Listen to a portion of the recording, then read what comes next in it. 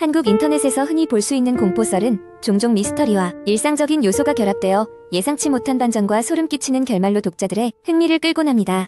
여기서 여러분께 그런 이야기를 하나 소개할까 합니다. 어느 작은 도시의 외딴 마을에 은퇴한 후 도시의 번잡함을 피해 내려온 한 중년 부부가 있었다. 그들은 자연과 가까운 삶을 생각하며 조용한 전원주택을 구입했고 그곳에서 평온한 나날을 보낼 계획이었다. 하지만 그들이 이사온 후 몇 주가 지나지 않아 이상한 일들이 벌어지기 시작했다. 처음에는 작고 사소한 것들이었다. 밤중에 자주 깨어났는데 누군가 집안을 돌아다니는 것 같은 느낌이 들었다. 물건들이 사라지거나 엉뚱한 곳에서 발견되기도 했지만 부부는 그것이 새 집에 적응하면서 생긴 피로 탓이라고 여겼다. 그러나 이러한 현상들은 날이 갈수록 더 빈번하고 심해지기 시작했다. 어느 날 밤 부부는 다락방에서 이상한 소리를 듣게 되었다. 마치 발자국 소리 같았다. 남편은 아무도 올라갈 수 없는 닫혀있는 다락문이 열려있는 것을 발견하고 의문을 품게 되었다. 다락문이 바람에 열린 것일 수도 있다고 생각하며 별로 대수롭지 않게 여겼으나 그의 마음 한구석에는 불안한 마음이 가시질 않았다. 며칠 후 아내는 집 뒤편에 작은 묘비가 서 있는 것을 발견한다.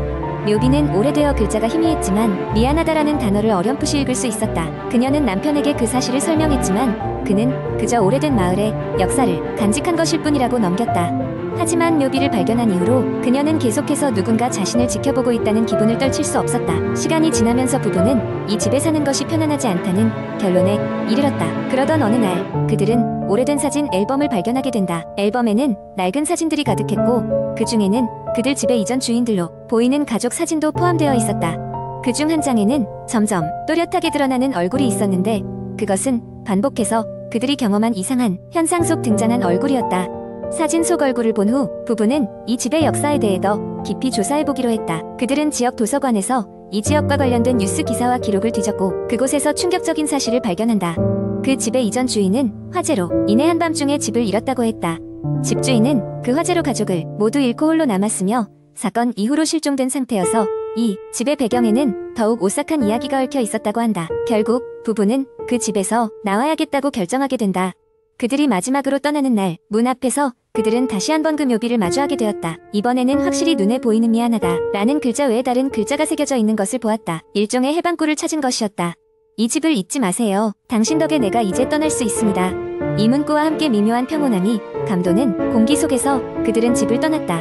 부부는 더 이상 이상한 일이 벌어지지 않는 새로운 집에서 평온한 삶을 지속하며 그들이 겪은 미스터리한 경험을 흘러간 이야기로 간직하고 있다.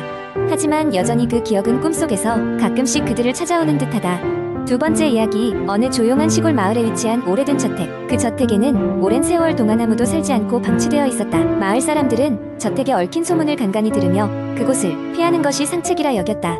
그 집이 처음 지어졌을 때만 해도 상류층 가정이 살던 화려한 주택이었다.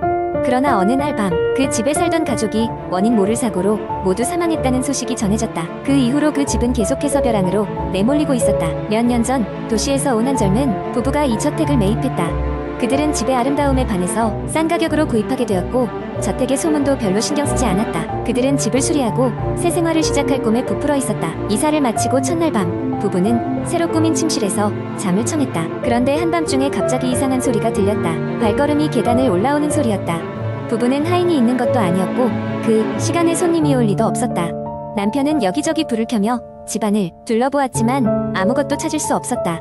부부는 처음 겪는 일이었기에 별다른 신경을 쓰지 않고 다시 잠자리에 들었다.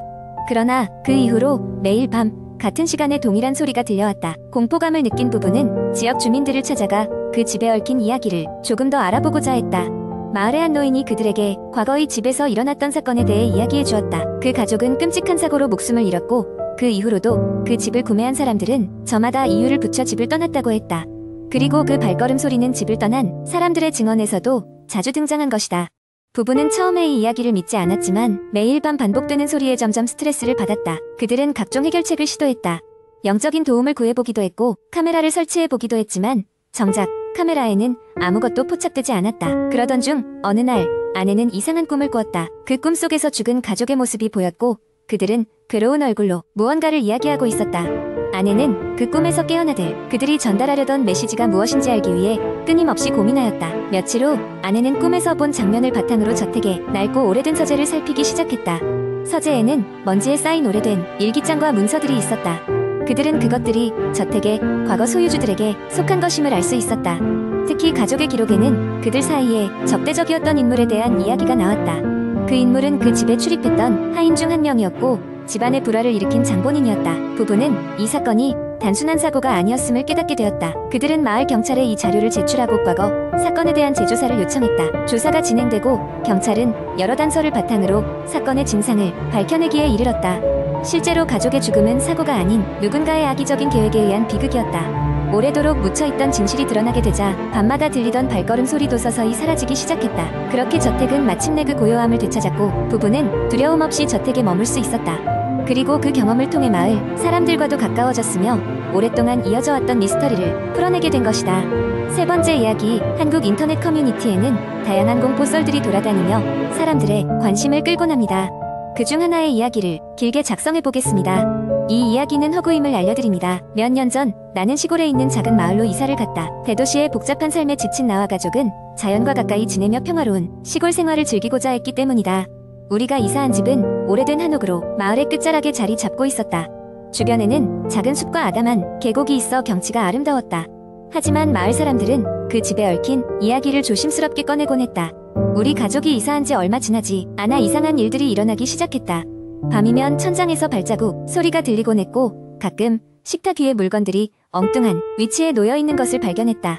처음에는 그저 바람이 불어서 그런 거라 생각했지만 시간이 지날수록 불안감은 커져만 갔다. 어느 날 밤 나는 잠에서 깨어났다. 창문 밖에서 이상한 소리가 들렸기 때문이다. 마치 누군가가 창문을 긁고 있는 듯한 소리가 계속되었다. 두려움에 몸이 굳었지만 곧 용기를 내서 창문을 열었다. 하지만 밖에는 아무것도 보이지 않았다. 그저 어둠과 고요함이 나를 맞이할 뿐이었다. 다음 날 나는 마을의 할머니에게 이 일을 이야기했다. 할머니는 심각한 표정으로 나를 바라보며 말하기 시작했다. 그 집에는 오래전부터 이상한 일이 많아 예전에 그 집에 살던 사람이 갑자기 사라졌다고 들었어. 그리고 나서부터 그 집에서는 항상 기묘한 일들이 벌어지곤 했지. 할머니의 말에 나는 소름이 돋았다. 할머니는 나에게 절대로 해가 진 후에는 밖에 나가지 말라고 당부했다. 며칠 후 나는 또다시 이상한 소리에 잠에서 깼다. 이번에는 집 안에서 나는 소리였다. 나는 조심스레 방문을 열고 밖을 내다보았다. 복도의 끝에서 희미한 불빛이 새어나오고 있었다. 가족들은 모두 잠들어 있었기에 그 불빛의 정체가 궁금했다. 나는 신발을 신지 않은 채 조용히 복도를 걸어 불빛이 나는 쪽으로 향했다. 불빛은 다다른 방의 문틈 사이로 새어나오고 있었다. 나는 문을 살짝 열고 안을 보았다. 그 방에는 작은 테이블 위에 촛불 하나가 타고 있었고 그 주위에는 알 수 없는 문양들이 그려져 있었다. 나는 놀라서 뒤로 물러섰다. 그 순간 누군가가 내 뒤에서 덮치는 듯한 기척을 느꼈다. 나는 비명을 지르며 그 자리에서 도망쳤다. 들뜬 마음으로 가족들을 깨우고 방으로 돌아왔을 때는 모든 것이 흔적도 없이 사라져 있었다. 촛불은 물론이고 그 날카로운 문양들도 말이다. 가족들은 불빛이 켜져 있는 것을 보지 못했다며 나를 달래려 했지만 나는 분명히 보았다. 그 후로도 집 안에서는 알 수 없는 일들이 계속됐다. 결국 우리는 그 집을 떠나기로 결정했다. 다시 도심으로 돌아가는 길, 나는 마지막으로 뒤를 돌아 집을 바라보았다. 그곳 창문에는 형체를 알 수 없는 검은 그림자가 서 있었다. 이후로 그 집은 비어있다고 들었다. 가끔씩 마을 사람들은 그 집에서 들려오는 이상한 소리에 대해 이야기하곤 한다.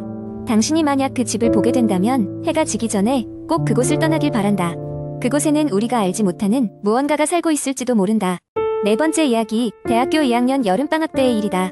친구들과 함께 부산 해운대 쪽으로 여행을 가기 위해 차를 타고 내려가던 중 우리는 한적한 국도를 달리고 있었다. 그날은 참 이상하게도 GPS가 계속 오작동을 했다. 결국 우리는 길을 잃고 헤매기 시작했다.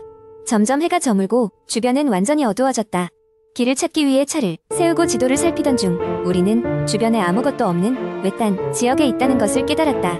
그때 갑자기 자동차 라디오가 켜지며 잡음소리와 함께 이상한 음악이 흘러나오기 시작했다. DJ가 들려주는 듯한 말도 안 되는 방송에 모두가 얼어붙었다. 나중에 친구들과 이야기를 나눠보니 그 순간 라디오에서 어서와, 오래 기다렸어 라는 말이 공통적으로 들렸다고 했다. 그러나 우리는 그것이 고작 전파 교란일 거라고 생각하고는 다시 길을 떠나기로 했다. 하지만 차가 출발한 지 얼마 되지 않아 갑자기 도로 한가운데 한 여자가 서 있는 것이 보였다. 그녀는 하얀 원피스를 입었고 길게 늘어뜨린 머리카락 때문에 얼굴이 보이지 않았다. 우리는 급히 브레이크를 밟아 차를 멈췄다. 혹시 사고라도 당했나 싶어 걱정스러운 마음에 창문을 내리고 말을 걸었지만 그녀는 대답이 없었다. 그 순간 갑자기 차량 내부의 온도가 급격히 떨어졌다. 마치 한겨울의 냉기처럼 살을 애는 듯한 차가운 공기가 우리를 감쌌다. 당황한 우리는 어떻게든 이 상황을 벗어나야겠다는 생각에 급히 차를 돌렸다. 후진하려고 했을 때 차 뒤쪽 유리에 김 서리가 잔뜩 끼어 있었다. 누가 손가락으로 긁어낸 듯한 흔적으로 돌아가 라고 쓰여 있었다.